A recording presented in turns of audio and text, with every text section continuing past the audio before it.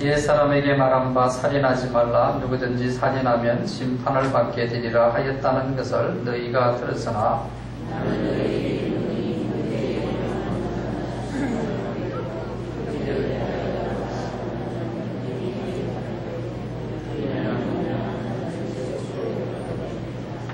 그러므로 예물을 제단에 드리다가 거기서 내 형제에게 원망 들을 만한 일이 있는 것이 생각나거든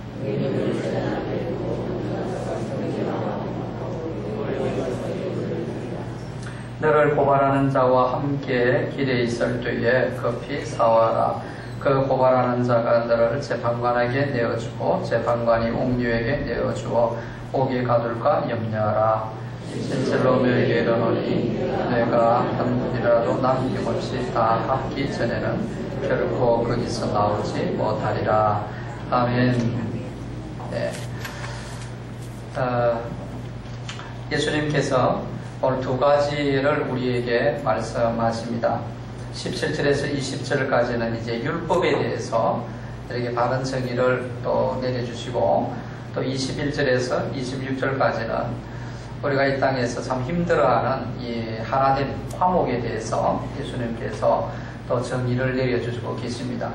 먼저 이제 율법에 대해서 우리가 많이 이제 신앙생활 하다 보면은 과연 내가 율법을 이제 얼마만큼 지켜야 될 것인가.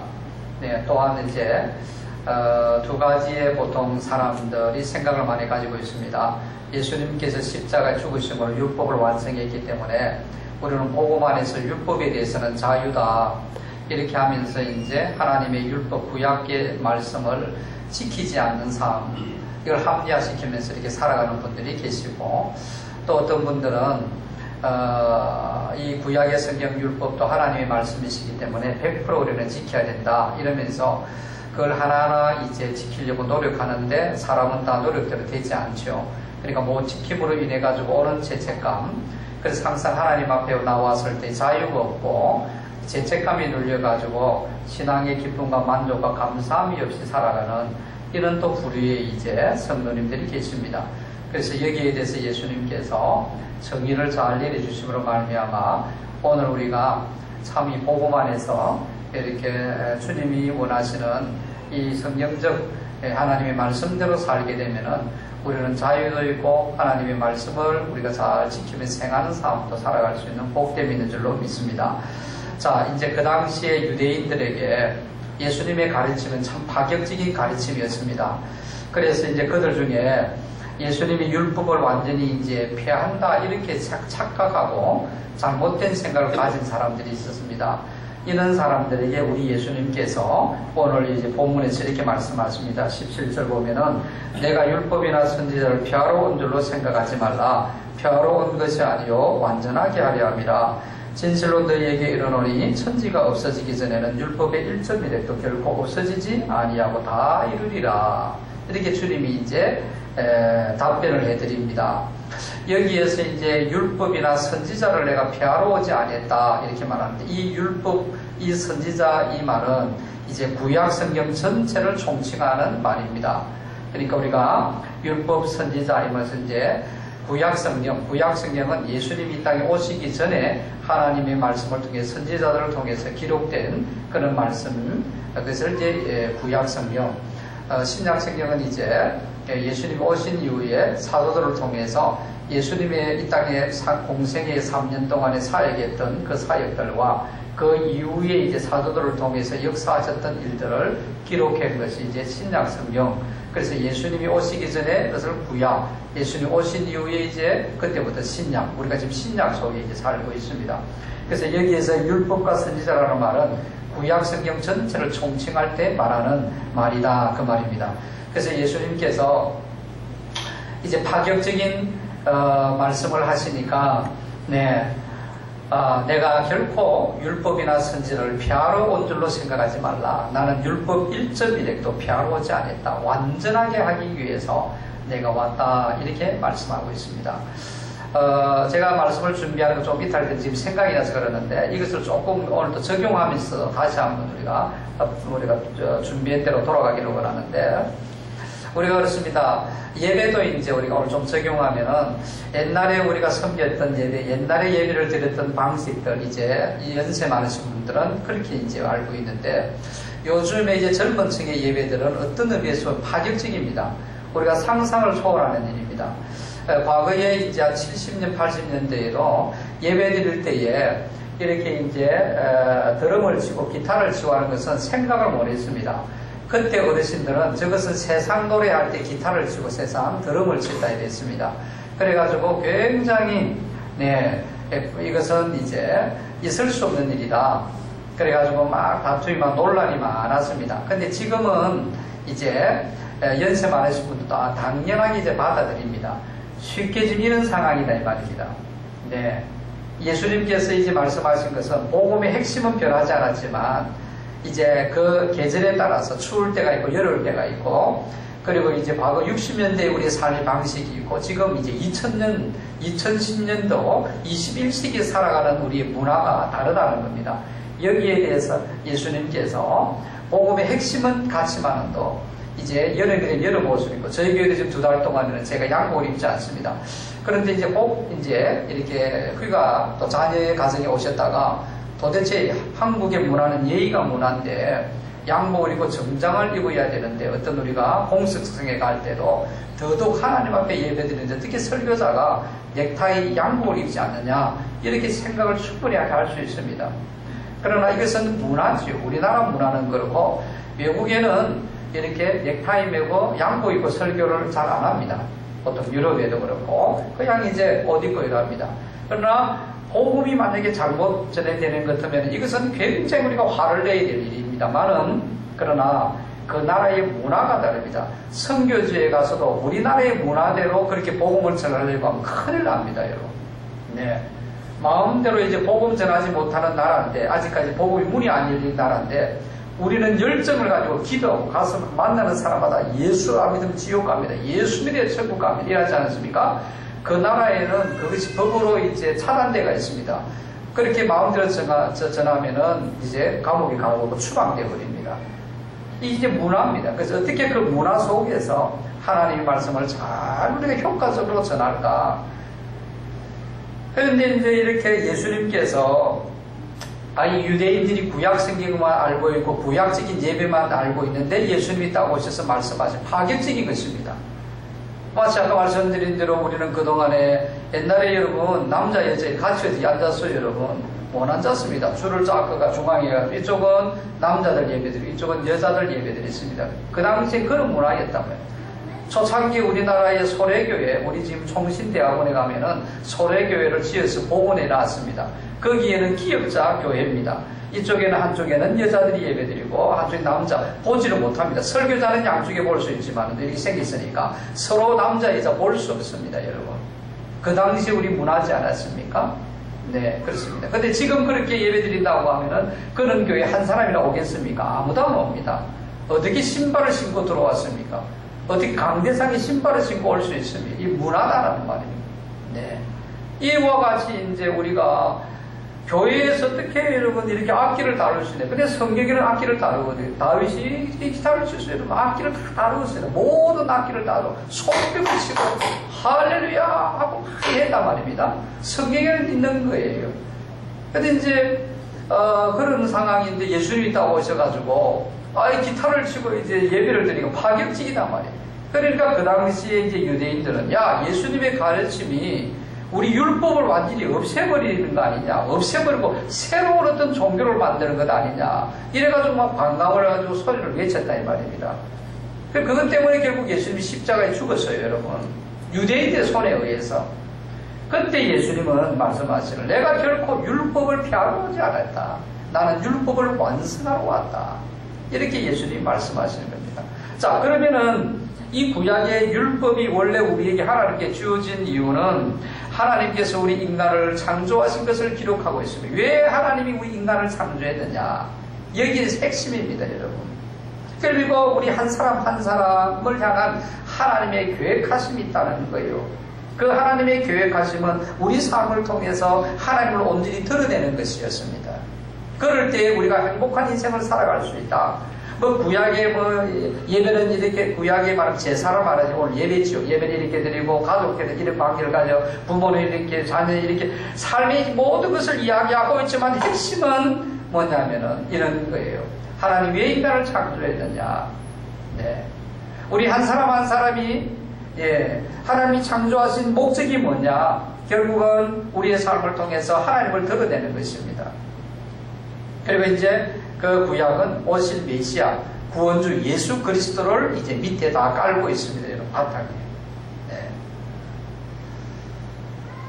그런데 이제 인간이 타락한 이후에 아담과 하와가 타락함으로 말미암아서 하나님께서 우리 인간을 만드신 목적, 우리 한 사람 한 사람에 향한 하나님의 이 계획하신 뜻, 이것을 살지를 못합니다. 왜냐하면 하나님과 사람과의 관계가 죄로 말미암고 완전히 단절되었기 때문입니다. 그래서 하나님의 뜻대로 사는 것이 아니라 하나님의 뜻과 정반대대로 이제 살게 됩니다. 그 결과 인간이 행복이 아니라 불행이 찾아왔지요. 그 불행의 대표적인 한 이제 모습이 뭔가 하면은 애굽의 노예의 인생을 이제 살아가는 비참한 인생이 되었습니다. 그렇지만 하나님이 그렇게 창조하시고 귀하게 여기신 우리 한 사람 한 사람이 비참한 인생을 행복하지 못한 인생을 살아가는 모습을 보시고 너무나 안타까이 여기시고 우리를 사랑하시고 긍휼과 자비를 베푸셔서 애굽의 노예에서 우리를 자유케 하십니다. 해방해 주십니다. 그리고 애굽에서 자유케 되고 이제 출애굽하죠. 그래서 광야 동안에 모세를 통해서 하나님께서 율법을 주셨습니다. 그게 구약 성경의 핵심입니다. 율법. 십계명. 더 요약하면은 율법의 핵심에 또 하면 십계명을 하나님 율법을 하나님 주셨다는 말이에요. 그때 하나님이 율법을 이제 주신 거예요, 여러분. 네.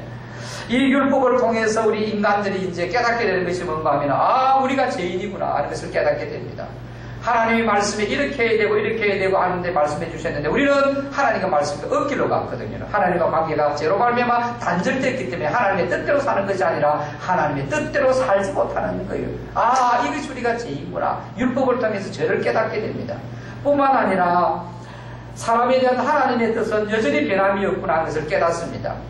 죄로 말미암아 그들은 반역하고 노예가 됐지만 하나님 사랑으로 긍휼로 다시 회복해 주었잖아요. 애굽에서 자유를 주었습니다. 우리를 향하신 하나님의 계획은 여전히 변함이 없구나 하는 것을 말씀을 통해서 그들을 다시 이제 깨닫게 됩니다. 우리는 참 존귀한 존재로 지으셨구나 하나님께서. 네. 우리의 삶을 통하여 하나님이 드러나시고 하나님을 나타내시기를 원하시는구나 이걸 깨닫고 그 삶을 살아야 되겠다 이걸 깨닫습니다. 그런데 대부분 보면은 이 죄에 빠져있는 그들이었기 때문에 이 하나님의 놀라운 이 말씀 율법을 주었음에도 불구하고 그들은 마음에 더 상처를 받습니다. 그리고 그 율법의 말씀을 무거운 짐으로 그들이 생각을 합니다. 자, 왜 그러느냐? 쉽게 이랬습니다. 우리 마음의 상태가 여러분 좋지 못하고 불편하게 되면 상대편이 아무리 좋은 말, 아무리 격려, 아무리 복된 말을 주어도 우리가 마음을 열고 그 말을 즐겁게 쉽게 안 받아들인다 이 말입니다. 그런 상태이다 이 말입니다. 이해가 되시죠? 가장 좋은 이해입니다. 내 마음의 상태가 지금 불편해요. 내가 지금 분노가 있고 막 괴로워요. 옆에서 아무리 좋은 말을 할 때에 이 좋은 말을 좋은 말로 안 받아들이는 거예요. 상처가 있게 되면. 그래서 우리가 중요한 것은 내 마음의 청소가 되어야 되는 거예요. 내 마음의 상처가 회복되어야 된다 이 말입니다. 이 마음의 썩뿌리가 여전히 깊이 여러분 박혀있어 버리면은 빙상의 일각이라고 하잖아요. 위에 물 위에 떠 있는 얼음은 조금은 하지만 그 물 밑에 있는 얼음은 굉장히 큽니다. 말할 수 없습니다, 여러분. 이것들이 우리가 자리를 잡고 있으면 아무리 좋은 하나님의 말씀이더라 그때는 어떤 때는 좋아하지만 그러나 자기의 상처, 아픔, 싫어하는 이 상황이 딱 터지게 되면은 이 사람 폭발해버리는 거예요. 주님이 어디에 있노? 온데간데 없고 혈기를 내고 마음대로 내버리는 거예요. 하나님을 떠나가고 방황하는 인생을, 죄악의 인생을 걸어가는 거예요. 마치 이스라엘 백성들이 하나님이 율법을 주실 때는 그들의 죄악을 깨닫고 나를 향하신 하나님의 계획이 이렇게 소중하구나. 내 삶을 통하여 하나님이 드러나는 이 영광스러운 인생을 살아가도록 말씀을 주셨구나. 이렇게 좋은 뜻으로 주셨는데 그들이 이미 죄악으로 타락되어 있기 때문에 이 좋은 말씀도 그들은 상처로 받아들이는 거예요. 우리가 어떻게 하나님 말씀 다 지킬 수 있노? 어떻게 다 지키면서 하나님의 뜻을 드러낼 수 있노? 이렇게 지금 반문하는 거예요, 여러분. 네. 이봐라, 예수님께서도 천지가 없어지기 전에 율법의 1.1핵이라도 결코 없어지지 아니하고 다 이루리라고 말씀했지 않느냐? 그런데 우리가 어떻게 이 많은 율법을 하나님이 요구하시는 말씀을 다 지키면서 우리가 하나님의 뜻을 드러내고 우리가 행복하게 산다는 게 말이 뭐냐? 마음의 상태가 지금 잘못되어 있는 거예요. 네. 우리의 상태가 좋지 못하면은 상대방이 아무리 좋은 말을 해도 듣기 싫다는 말이에요. 그렇잖아요, 여러분. 진짜 좋은 말이요. 근데 우리 자녀들이 사춘기 때는 여러분 반항할 때 그래 부모가 얘야 그러면 안 되고 이렇게 하니 좋은데 알았어요. 그만해요. 듣기 싫어요. 잔소리 왜 해요? 우리 자녀를 한단 말이에요. 그거 뭡니까? 마음의 상태가 지금 안 좋다는 말이에요. 이스라엘 백성은 이런 상태예요, 여러분. 그래서 어떤 사람들은 그렇게 말합니다. 예수님께서 천지가 없어지기 전에 율법의 1.1핵도 없어지지 아니하고 다 내가 이루리라. 이 말씀을 이제 잘못 해석하는 오해하는 거예요. 문자적으로 완전하게 지켜야 된다는 의미로 해석하게 되는 거예요. 그리고 우리가 어떻게 다 지킵니까? 이렇게 반문하는 거예요, 여러분. 사람이 하나님의 뜻을 온전하게 어떻게 우리가 다 깨달을 수 있겠습니까? 깨닫지도 못합니다. 더더욱 우리는 여러분 다 행할 수가 없습니다. 창조주 하나님께서 우리에게 여러분 이 초자연 직접 계시로 말미암아 성경 주신 66권도 여러분 우리는 이 말씀대로 행할 수 있습니까? 천분의 만분의 여러분 그것도 행하지 못합니다. 우리는 행한다는 소리 나와보십시오. 여러분. 오늘 제가 나중에 우리가 설교를 한번 드릴게요. 여러분 살인에 대해서 오늘 지금 말씀하고 계시는데 여기에 살인자 아닌 사람 이름 다 나오십시오. 내가 이제 죽을게요. 진짜예요. 우리는 다 살인자예요. 예수님 말씀하실 때에 다 못 지키는 거예요. 우리가 하나님의 뜻을 우리가 어떻게 다 알겠습니까? 여러분 성경에서 여러분 직접적으로 말씀으로 밝혀놓은 것들도 우리가 이 성경 66권을 여러분 오늘 아무리 학박사라면 신학박사 100개를 가진 분들이라 할지라도 이 66권을 다 해석해야 되는 사람이 없습니다. 여러분 모르는 게 천지입니다. 저도 여러분도. 그래서 신학자도 끊임없이 어떤 부분을 놓고 지금 뭡니까? 학문을 가지고 이것이 옳으니 저것이 옳으니 이렇게 말하고 있습니다. 복음의 핵심 아닌 다음에서는 우리는 다 인정합니다. 서로를.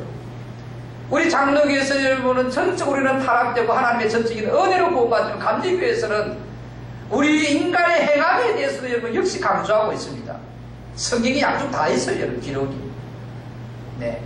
오순절 개통에는 여러분 성령의 역사, 거듭남이 성령의 역사, 불받아야만이 네 이것으로 말미암아 해석이 되고 물론 이거 다 하려면 끝도 없으니까 내가 이렇게만 하고요. 우리에서는 뭡니까? 네, 하나님의 말씀을 하면 막 그걸 믿음으로 말미암아 우리는 구원받는다. 그 구원이 뭐냐? 나타나는 것이 방언해야 되고 여러분 성령 받아야 되고 이렇게 이야기해요. 성경이 다 있습니다. 여러분. 그렇다고 해서 여러분 우리 장로교만 천국 가고 수복원교는 지옥 갑니까? 아닙니다. 여러분. 다 깨닫지 못해요. 여러분. 그런데 하나님께서는 성경이 안 밝히던 이 자연 우주 만물이 얼마나 많습니까? 여러분. 우리가 깨달을 수 있습니까? 깨닫지도 못하고 다 행할 수 있습니까? 행하지 못한다는 거예요. 예수님이 다 그 율법을 1.1핵도 다 행하라 하기 위해서 천지가 없어지기 전에 율법의 1.1핵도 결코 없어지지 아니하고 다 이루리라 이 말씀인 것이 아니다 이 말입니다. 그러나 우리는 날마다 이 성경의 1.1핵을 소중히 여기고 묵상하고 기도하고 아는 것에 그치지 아니하고 그 한 줄이라도 깨닫는 대로 적용하면서 살아라 이 말입니다. 여러분. 이 사람이 율법을 지키는 사람이고 이 사람이 율법을 온전히 하는 사람이다 이 말입니다. 여러분. 믿습니까? 신앙은 다 틀려요. 여러분. 이제 예수 믿는 사람은 영적으로 보면 어린아이입니다. 갓난아이예요. 갓난아이가 간단한 음식 못 먹습니다. 예수 10년 믿고 20년 믿은 사람들의 행위의 삶을 여러분 살아갈 수 있습니까? 그들은 안 됩니다. 그래 살아라 요구하면 그 사람은 이단입니다. 여러분. 어린아이가 여러분 엄마 젖을 먹으면서 생명을 유지하는데 어떻게 밥을 주면서 밥 못 먹는다고 뭐라 할 수 있겠습니까? 10년 믿은 사람, 20년, 30년 믿은 사람 따르고 예수 오래 믿던 이제 신앙의 연수가 적든 간에 여러분 그 사람의 또한 믿음의 삶의 여러분 이 수준이 다 다릅니다. 여러분. 네. 그래서 우리는 중요한 것은 뭡니까? 어린아이는 어린아이에 맞게끔, 우리가 목사면 목사에 맞게끔 기본이 있습니다. 장로님은 장로님, 권사님은 권사님, 집사님은 집사님에 맞게끔 그 상황에서 주님이 주시는 1.1핵이라도 이 하나님의 말씀을 여러분 소중하게 여기고, 네, 이 말씀대로 살기 위해서 이 말씀을 날마다 묵상하고 기도하고 지식으로 아는데 그치는 것이 아니라 율법을 내가 얼마나 많이 알았느냐, 이것이 문제가 아니다 말이에요. 여러분, 한들이라도 그 알았으면 그 아는 대로 살기 위해서 기도하고 발버둥치고 깨달은 대로 살면서 삶에 적용하면서 사는, 이것이 율법을 지키는 자, 율법을 온전케 하는 자, 이렇게 말합니다. 여러분, 오늘 예수님 보십시오. 내가 율법이나 선지자를 피하러 온 줄로 생각하지 말라. 피하러 온 것이 아니요 온전케 하려 함이니라. 예수님의 목적은 율법을 온전케 하려 하심이냐 말이에요. 우리 그리스도인들이 율법에 온전한 사람이 누구냐 이 말이에요. 우리는 자꾸만 아는 것 가지고 여러분 율법을 자꾸만 다 안다고 생각합니다. 알지도 못해요. 여러분, 알지도 못해요. 네. 알지 못하는 사람이 요란한 깡통 소리가 요란해요. 아는 사람은 여러분 겸손합니다. 왜? 나도 모르는 것이 너무나 많구나. 나도 아는 것만큼 내가 행함이 너무나 못 따라가구나. 이것을 깨달아요. 알기 때문에, 다시 말해 자기 자신을 안단 말이에요. 자기를 아는 사람은 여러분 겸손해지는, 겸손하는 거예요.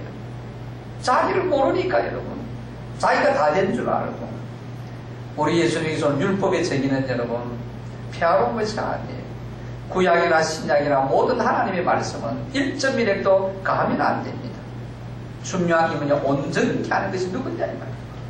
정말로 어린아이는 어린아이 상태에서 내 지금의 영적 수준의 상태에 중요한 것은 하나님의 한 절 한 절을 정말 주님의 말씀을 우리가 받아들이고 이 말씀을 행하기 위해서, 내가 이 말씀대로 살기 위해서 정말 묵상하고 기도하고 발버둥치고 깨달았으면 그것이 아는 것에 그치지 아니하고 적용하면서 사는 사람, 주님은 이 사람을 지금도 원한단 말이야.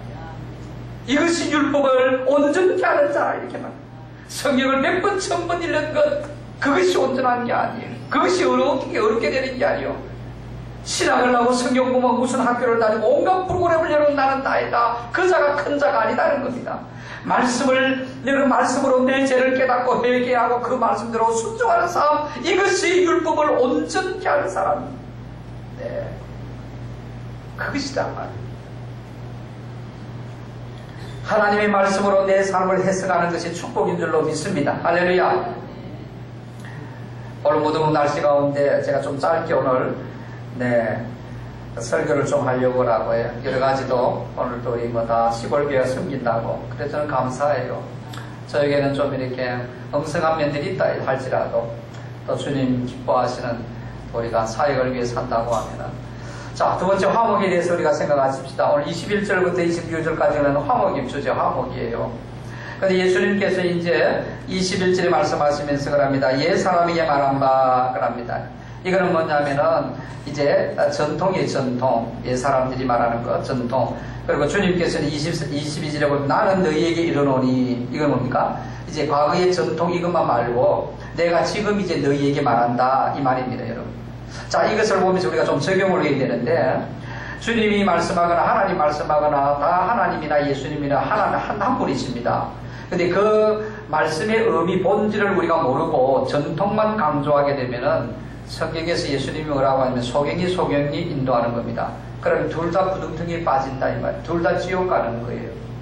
예수님이 이 말씀하신 율법의 목적이 이 의미를 모르고 그렇게 가리키면은 둘 다 지옥 간다 이 말입니다. 네. 과거에 주신 말씀만 되새김질만 하고 오늘 내게 이르시는 말씀을 듣기 위해서 매일 말씀과 기도의 삶에 집중하지 않는다고 하면 이 문제라는 겁니다. 오늘 내게 주시는 하나님의 말씀을 듣는 것이 복된 비결입니다. 믿습니까? 어떤 사람 나는 과거에 자꾸만 이런 걸 깨달았다 이렇게 했다 이러는데 그거 되새김질하면 그건 그때예요. 하나님 말씀은 여러분 끊임없이 매일매일 우리가 먹어야 됩니다. 만나를 매일매일 먹게 하신 그래서 믿습니까? 네. 그래서 예수님께서 오늘 뭐라냐, 너희가 옛 사람의 말한 바 그 전통의 핵심을 너희 알았지. 핵심은 알고 본질은 의미는 모르고 그렇게 살면 안 된다. 내가 지금 다시 너희에게 이야기하겠다. 이 말씀입니다. 그러니까 주님의 말씀을 받아들이라 마음은 열고 유대인들이 율법 그것만 알고 붙잡고 있었지 그 핵심도 또 알지를 못하고 여러분. 내 말에 귀를 기울여라 겸손 좀 해라 이 말입니다 여러분. 그러면서 이제 구체적으로 살인하면 심판을 받게 된다 이렇게 말씀하십니다. 이 문제를 지금 예수님이 다루시면서 이제 이 말씀을 풀어나가십니다. 자, 이 말씀 앞에 살인하면 심판을 받게 된다 이라니까 바리새인들이 어떻게 합니까? 법에 걸리면은 이것이 죄고 법에 안 걸리면 죄가 아니다. 이런 수준으로 이것을 이제 평가를 낮춰버렸습니다. 그런데 예수님께서 살인에 대한 주님의 생각은 뭡니까? 결코 사람의 목숨을 죽여야만이 살인이라는 것이 아니라 뭐합니까? 분노를 품는 것이 살인이다. 이렇게 말씀하십니다. 본질을 지금 다룬다 이 말이에요. 본질을 지금. 세상의 법정에서는 여러분 동기를 생각하지 않습니다. 결과가 어떠냐에 따라서 죄인이냐 죄 아니냐 판가름 내립니다. 그래서 어느 집사님께서 이 딸이 너무너무 힘들게 하니까 뉴스에 나오는 존속 살해의 그 심정을 어느 정도는 내가 알겠습니다. 그랬답니다. 얼마나 이 딸이 괴로움을 당했으면 왜 가족이 살인을 했겠느냐 이해를 좀 가겠단 말이에요. 그냥 했겠습니까? 얼마나 깊은 상처, 얼마나 어떤 다툼이 있었고 괴로움이 있었으면 안 그랬겠는가 이 말입니다. 여러분. 그걸 좀 나는 이해가 된다 이 말이에요. 여러분. 그러다 그렇게 해라는 건 아니죠. 잘못된 것이지만 이해가 된다는 거예요. 우리 중에 누구도 여러분 살인죄에서 자유로운 사람이 있습니까? 예수님 오늘 말씀하시는데 나는 살인 안 하면서 살았다고 하는 사람이 있겠습니까? 아무도 없습니다. 우리는 환경이 막았고 교양이라는 것이 막은 것 뿐이지 어떤 때는 죽이고 싶은 분노와 미움이 우리 속에서 끌어오를 때가 얼마나 많습니까 여러분? 이거 인정하십니까? 주님은 그것이 살인이다라고 말하는 거예요. 교양과 체면 때문에 누르고 있었다가 만만한 이 가족이라고 여러분, 그래 만만한 가족을 대할 때 어떤 때는 여러분 이 분노가 막 터지지 않아요. 나도 가끔 그럴 때가 있어요 여러분. 만만한 게 가족이거든요. 그런데 오늘 우리 예수님께서 형제에 대해서 이 라가라는 이 단어는 뭐냐면은 심한 욕설이에요. 욕설. 인격적인 모독을 했다 이 말입니다. 심한 욕설. 그리고 미련한 놈이라 이렇게 해요. 이거는 뭡니까? 하나님을 부정하는 자다. 이렇게 이제 이야기한 거예요. 쉽게 말하면, 야, 니는 삭시스 노랗다. 이 뭡니까? 니는 아무리 해봐도 니는 희망이 없다. 가치가 없다. 이 말 아닙니까? 인간 인격을 모독하는 거예요, 여러분. 니는 아무리 해도 니는 구원 없다. 니 같은 자에게 구원을 하나님이 안 준다. 이런 거예요. 네? 이것이 뭡니까? 인격적인 모독. 한편으로는 종교적인 정죄하는 종교적인 정죄. 니는 아무리 해봐도 변화 안 돼. 하나님 니 같은 사람을 안 써. 니는 하나님 눈에 벗어난 자야. 종교적인 정죄하는 거예요. 이럴 때 예수님이 이것을 보고 살인이다 이렇게 말하는 거예요. 니는 살인의 죄를 지었다 이 말이에요. 네. 죄를 짓고 쫓겨난 인간 최초의 저지른 여러분 죄가 뭡니까? 그게 살인죄입니다. 그 주인공이 가인이잖아요. 가인. 동생 아벨을 죽인 이유가 뭡니까? 아벨이 잘못했기 때문에 죽이지 않았습니다. 하나님께서 자기의 제사, 예배는 안 받아들이고, 안 받으시고, 동생 아벨의 예배는 받는 거예요. 여기에서 시기라는 게 시기. 이 시기. 그래서 시기가 자리를 잡고 있다가, 어느 때에 동생을 죽였잖아요. 예수님이 정확하게 본질을 보셨잖아요. 사람을 죽이는 이 행위가 나오게 되면서 뭡니까? 시기, 미움, 악독, 원망, 불평, 불만, 이것이다. 그래서 오늘 율법에는 사람을 죽여야만이 살인죄라고 말하지만은 또 진짜 살인죄는 너 마음에부터 출발된다는 거예요. 우리 미국 남북전쟁 잘 압니다. 무엇 때문에 했으면 노예 문제 때문에 남북이 갈라지가 전쟁을 했지 않습니까? 근데 이제 북군이 이겼습니다. 남쪽이 패했습니다. 남쪽 사람들이 이제 패하기 때문에 노예 제도를 이제 없애야 됩니까? 근데 잘 없애지를 않았습니다. 왜냐하면은 이 남쪽에 이 돈 있는 사람들이 뭐냐면 목화 농사를 많이 했다고 합니다. 그러면은 사람들이 노예가 많이 필요합니다. 자기 이익 거라고 직결됩니다. 그런데 자기 이 기득권을 포기하기가 쉽지 않았다 이 말입니다. 그 남쪽 가운데서 돈 많은 사람, 예수 믿는 사람이 많았습니다. 그 가운데 미국에도 교단이 있는데 교회들이 모여서 이제 교단이잖아요. 교단의 남침대교회가 이 남쪽에 속했습니다. 이 가운데 목사님도 있고 장로님도 계시고 성도님도 계셨습니다. 그리고 많은 노예를 거느리고 있었던 사람도 있었단 말입니다. 근데 그들도 이 노예 제도를 폐지하는 문제 앞에서는 굉장히 갈등을 겪고 처음에는 잘 안 하려고 했습니다. 왜? 이익금과 이게 직결되기 때문에. 자기 기득권을 내려놓는다는 것이 얼마나 힘든지 모릅니다.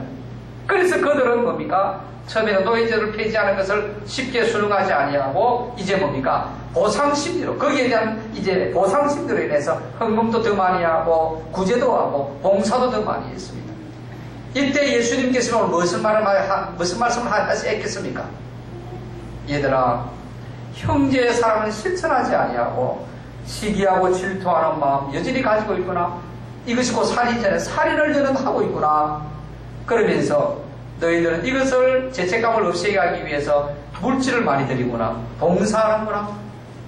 봉사하고 물질 드리고 헌신하는 것을 통해서 너는 진정으로 영혼을 이 한 생명을 사랑하는 실천을 하지 않은 것. 여기에 오는 그런 어떤 부담감, 불편함, 죄책감을 면하려고 하는구나.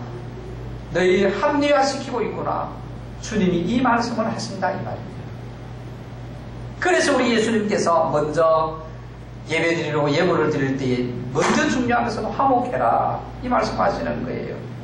예배당에 들어가서 헌금을 드릴 때에 먼저 원망들을 말하는 이 형제에게 있으면 먼저 가서 화목해라 이렇게 하는 거예요. 여러분 화목해라.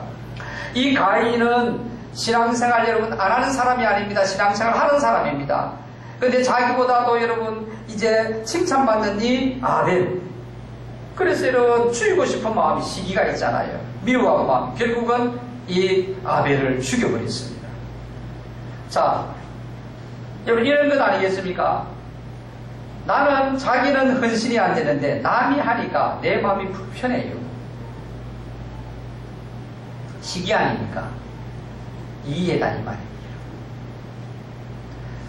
제가 일부 예배도 말씀을 드렸는데 하나님 앞에 감사하게 우리 지상명령은 뭡니까? 영혼고리가 제자 삼는 것입니다.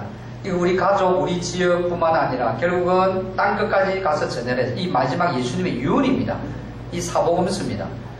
우리가 예수 믿게 하고 이 땅에 우리 태어난 존재 목적이 딱 한마디로 말하면은 바로 이것이 목적입니다.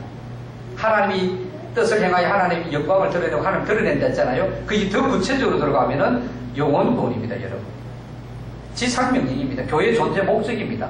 땅끝까지 복음 전하는 것. 자, 이 일은 얼마나 기뻐합니까?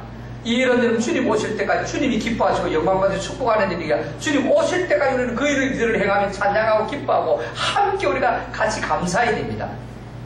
이 일을 위해서 세계 열방아니아 선교센터에 1억을 헌신한 분이 있습니다. 이 설교를 제가 2번 하니까 어떤 분들이 그럽니다. 목사님, 그 설교 좀 그만하십시오. 안 좋습니다. 궁극적으로 들어가면은 마음이 뭡니까? 주님의 소원이시고 우리의 존재 목적, 나는 지금 그거 달라요. 다 그렇게 이렇게 해야 되고 매듭해야 되는 게 아닙니다. 가부의 두렵도 주님 받으십니다. 믿습니까? 더 귀합니다. 전 재산을 드렸습니다. 작은 것이지만 액수가 문제가 아니에요, 여러분. 네. 하나님의 기뻐하시는 뜻을 우리가 이 교회를 통하여 이루어나니 우리는 끊임없이 예수님 올 때까지 주님 감사합니다. 간증해야 됩니다. 하나님 감사합니다. 우리 교회는 이런 교회입니다. 이런 분들이 우리는 곳곳에 있어야 되는데 뭡니까? 자기는 어떤 일에 대해서 뭐 가난하든지 뭐 없든지 간에 뭐 일단 중요한 것은 뭡니까? 나는 안 하는데 상대가 하는 거예요. 내 마음이 불편하다는 거예요. 듣기 싫더라요. 한 번든지 두 번든지 세 번든지 왜 자꾸만 안 하냐? 자꾸만 들으면 아무리 좋은 말도 안 좋는데 이 말로 핑계를 딱 대. 핑계입니다. 궁극적으로 들어가면 그것이 뭡니까? 시기라는 건데요. 안 그렇습니까? 내 아들이 여러분 좋은 일이 있는데 여러분 그러잖아요. 할아버지 할머니가 되면 손자 손녀 자라가다가 이러면 그것이 다 인생 그게 제일 낙이라고 하잖아요. 안 그럴 때 모르 저도 몰라요 지금. 근데 손자 손녀만 나면은 얼마나 기쁘다고 그래요 여러분. 끊임없이 만나면 또 자라가고 했는데도 또 하고 하는데 그래서 나중에 돈을 내고 하라 그런답니다. 네. 왜? 너무 좋은 일이니까. 그 손자 손녀만 봐도 좋다고 하는데 우리 하나님의 소원이 이루어지니까 얼마나 감사한 일이에요. 우리는 함께 즐거워 함께 기뻐해야 될 일인데 그것이 뭡니까?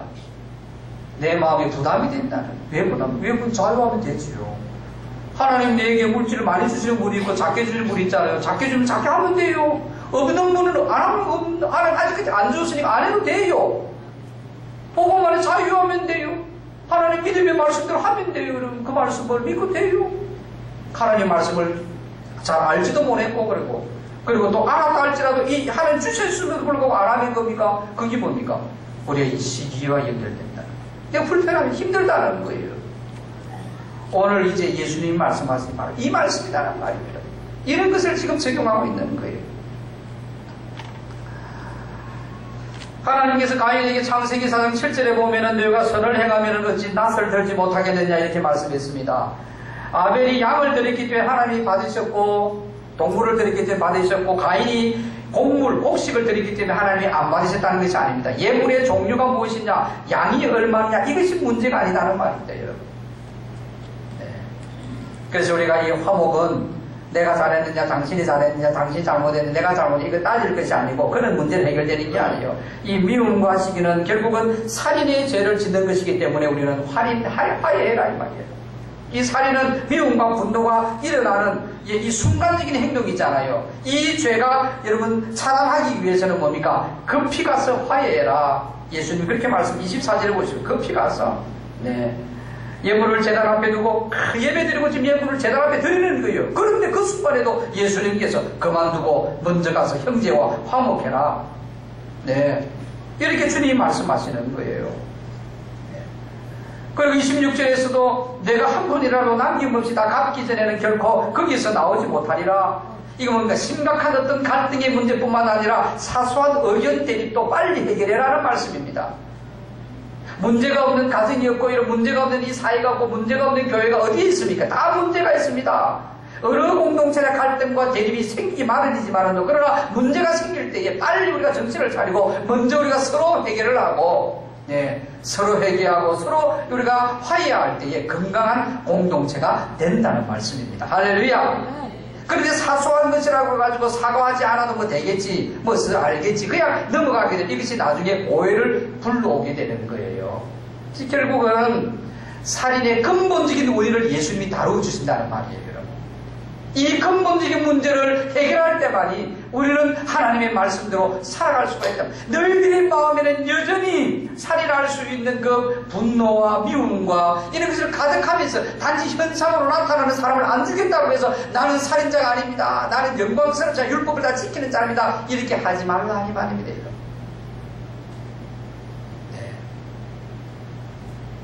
그러면 가장 중요한 것은 마지막 이제 결론을 내겠습니다. 그럼 이 미움과 이 분노 가운데 우리는 얼마나 이런 것들이 많습니까? 이런 가운데서 우리가 정말 화해할 수 있는 길은 뭐냐? 어떻게 해야 될 것이냐? 우리는 여러분 많은 학자들이 이런 문제에 대해서 다룹니다. 우리는 내 입장보다 상대 입장을 생각해라. 상대방도 소중한 인격자다. 뭐 여러 가지 세상 학문들이 많이 있습니다. 성경에서도 많은 것을 언급하지만 그러나 가장 오늘 시간상 핵심의 중요한 것은 뭔가 하면은 하나님이 하셔야 됩니다. 할렐루야. 성령의 역사가 있어야 된다 이 말입니다.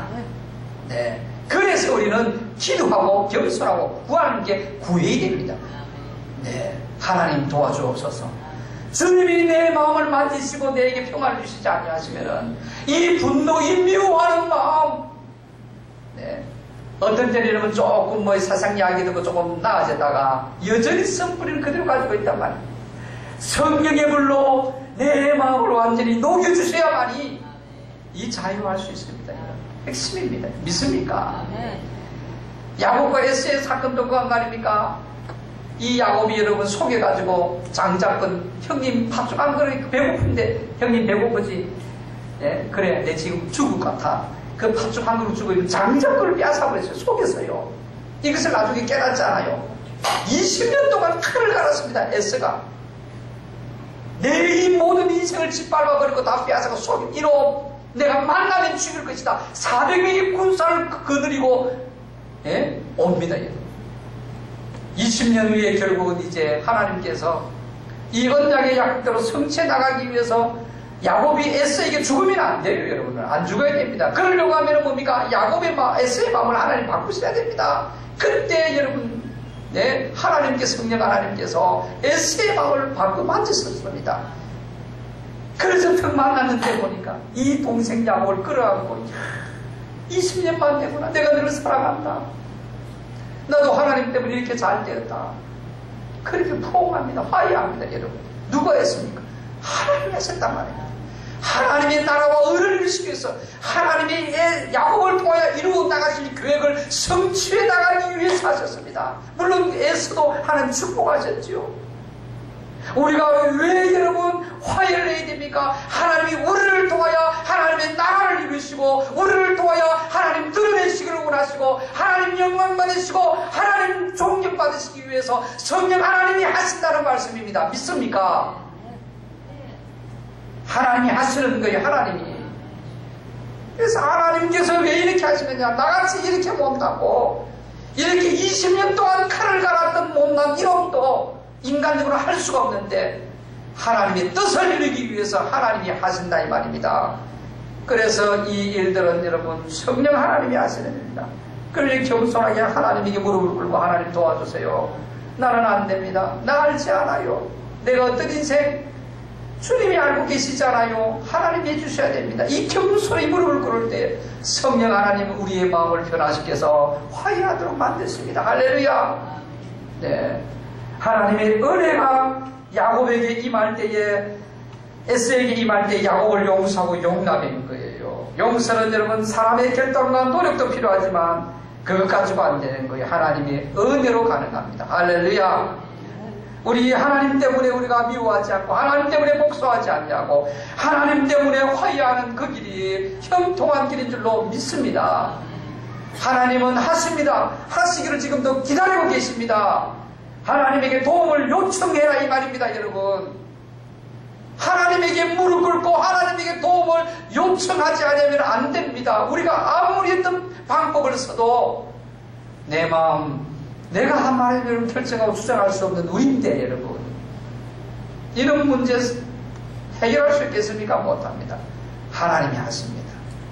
그래서 누구든지 하나님에게 무릎 꿇고 하나님에게 나오고 하나님을 의지하게 되고 겸손해지면은 성령 하나님이 우리 마음을 만지시고 역사하실 줄로 믿습니다. 그래서 우리는 화해함으로 말미암아 우리는 행복하고 정말 하나님의 축복의 통로로 마음껏 쓰임받는 여러분과 제가 되기를 주님의 이름으로 축복합니다. 할렐루야.